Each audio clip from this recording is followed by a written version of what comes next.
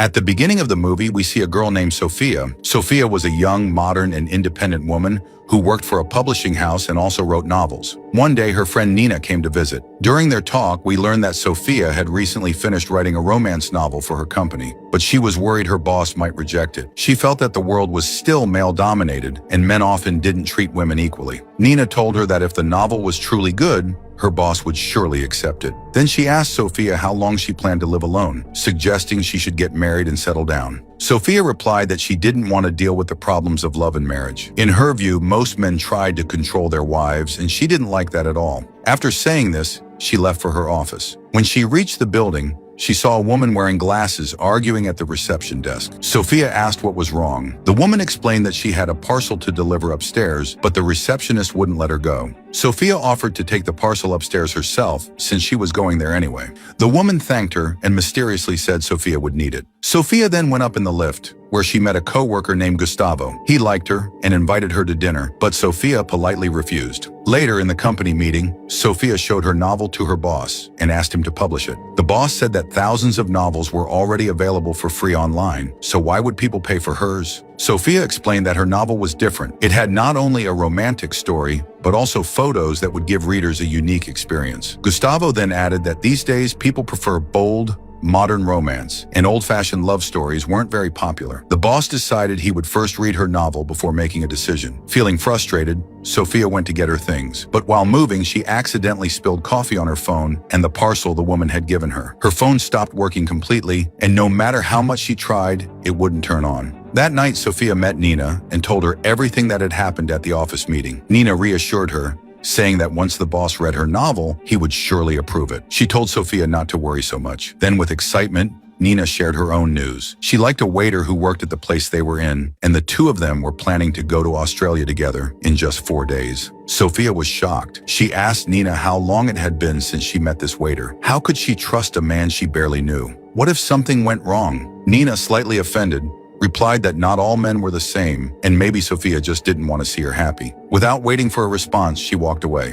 A while later, Sophia left as well, taking a taxi home. She didn't realize that the driver was the same woman who had given her the mysterious parcel earlier that day. During the ride, the woman noticed the romance novel in Sophia's hand and asked if she liked such books. She mentioned she loved romance novels herself. Then she asked why Sophia looked so upset. Sophia explained that she had said hurtful things to Nina, who got angry and left. She wanted to call and apologize, but her phone was broken. The woman handed her own phone to Sophia so she could try. Sophia called Nina, but Nina didn't answer. As they continued talking, Sophia told her about Nina's sudden love story. The woman gently suggested that if Nina liked the man, Sophia shouldn't try to control her. It was Nina's personal choice whether Sophia approved or not. When they reached Sophia's building, the woman dropped her off, refusing to take payment or even her phone back. She simply drove away. Sophia would later discover who this mysterious woman really was. Inside the building, Sophia saw that the elevator wasn't working, so she began climbing the stairs while still trying to call Nina. The signal was weak, so she kept climbing until she reached the rooftop for better reception. That's when something strange happened. The rooftop door began to glow. Curious and slightly uneasy,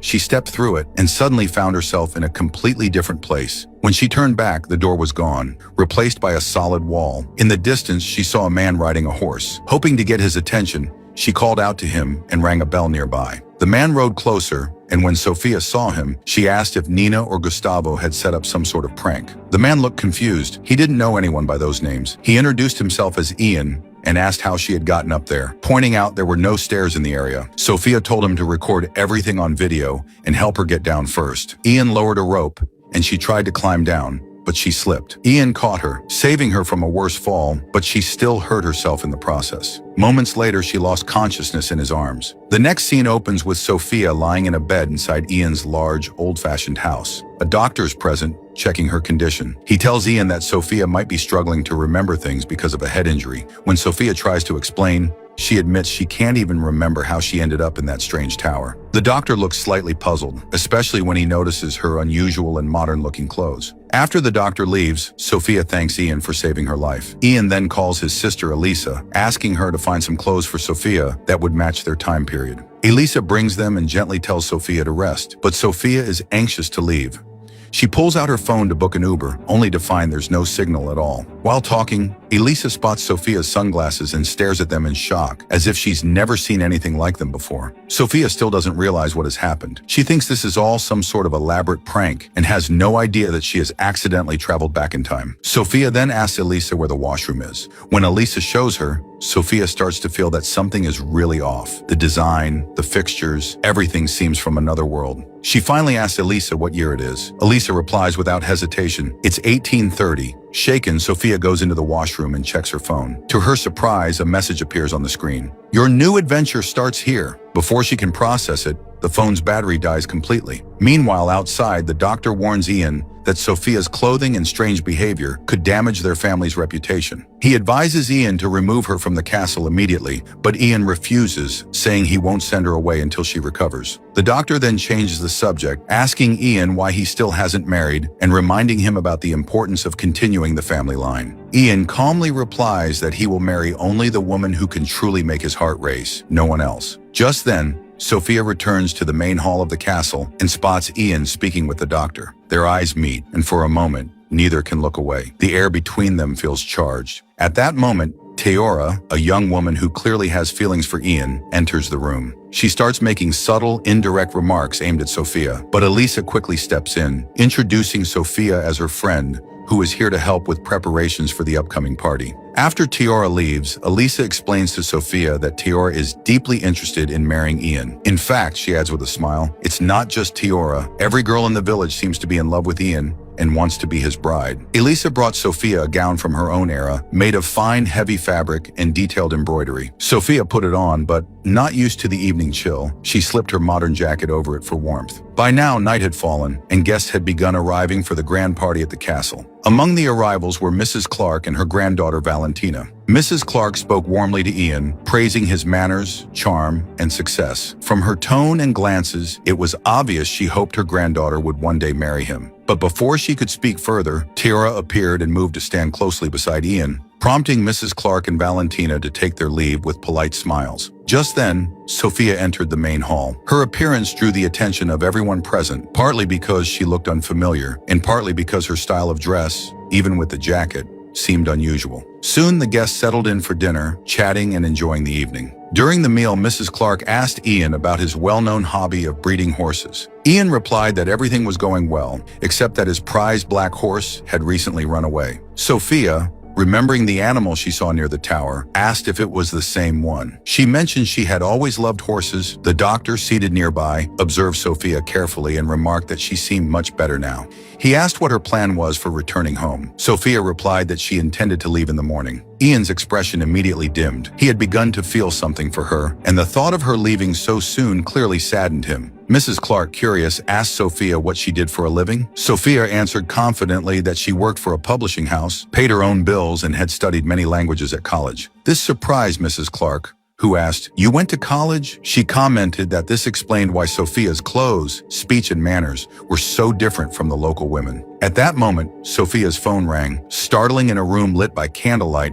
and filled with the soft sounds of music and conversation. The caller was the mysterious woman who had given her the parcel. The woman's voice was calm but knowing. "You love romance novels so much," she said. "I thought I'd send you to your favorite time." Sophia's reply was urgent. "No, I want to go back to my own time." But the woman simply said, "There's a man at that party who can help you. Find him." After the call ended, Sophia wandered toward a library she had noticed earlier. Inside, the walls were lined with shelves full of leather-bound books. She ran her fingers over their spines, taking in the scent of old paper and ink. Ian entered quietly and began showing her some of his favorite titles, speaking with a warmth that made her forget, for a moment, how strange her situation was. Later, Ian invited her to join a dessert gathering in another room, where more guests mingled over sweets and wine. It was there that Mrs. Clark mentioned to Sophia that a man dressed much like her had been seen in town recently, a man named Santiago. Elisa, overhearing, said she knew him. Elisa added that tomorrow, a woman named Jeet would be coming to take Sophia's measurements for a dress. Jeet, she explained, knew everything about the city and its people. If anyone can tell us more about Santiago, Elisa said, it's her. The next morning, Elisa gently woke Sophia and told her to get ready for the day. As Sophia stretched and rubbed her eyes, she glanced out the window and saw Ian outside in the open fields, training his horses with calm precision. There was something mesmerizing about the way he moved, focused yet graceful. After getting dressed, she went downstairs where Elisa was chatting with Teora and Valentina. Moments later, Madame Jit arrived, a lively and observant woman known for her skills as a dressmaker. The moment her eyes fell on Sophia's outfit, she looked both surprised and impressed. She admitted she had never seen such fashion before. It was elegant, yet entirely unfamiliar to her. Madame Jut began taking Sophia's measurements for a new dress, and during the process, Sophia took the chance to ask about Santiago. Madame Jit shook her head and said she didn't know where he lived, but she added one important detail. He would be attending the party that very night. A little while later, Valentina approached Sophia with a shy smile and complimented her black jacket. As they spoke, it became clear Valentina was kind and intelligent. She confided that her grandmother, Mrs. Clark, insisted on dressing her up and parading her to every party in hopes that a good suitor would notice her. She wasn't even allowed to wear the clothes she truly liked. Sophia, feeling a quiet sympathy for the girl, took off her jacket and handed it to Valentina as a gift. Valentina's eyes lit up with genuine gratitude. Once Madame Jit finished and left, Sophia picked up her bag,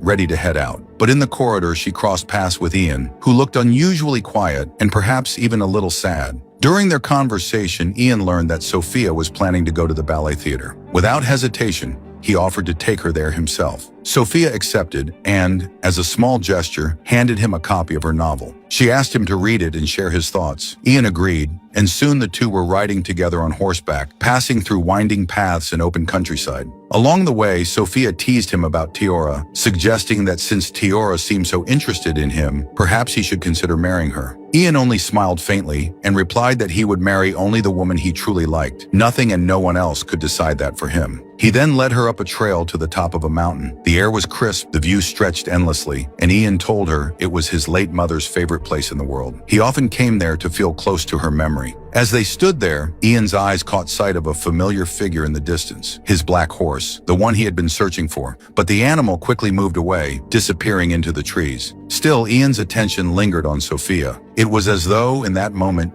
she mattered far more than the horse he had been chasing for so long. That night, Sophia arrived at the dance party. Teora came up to her and warned her to stop dreaming about Ian, saying that Sophia could never take him away from her. Before Sophia could reply, Elisa walked over, and both women fell silent. A moment later, Teora pointed toward a woman who was standing with a man, and that man had a phone just like Sophia's. He was Santiago. Sophia immediately stepped forward to talk to him, but he walked away before she could reach him. The dancing began, and Sophia joined in, enjoying the music and the atmosphere. But when she noticed Santiago getting up to leave, she decided to follow him. Ian, seeing this, followed Sophia to find out what she was doing. Sophia saw Santiago speaking with a woman when Ian caught up to her. He asked why she was following him.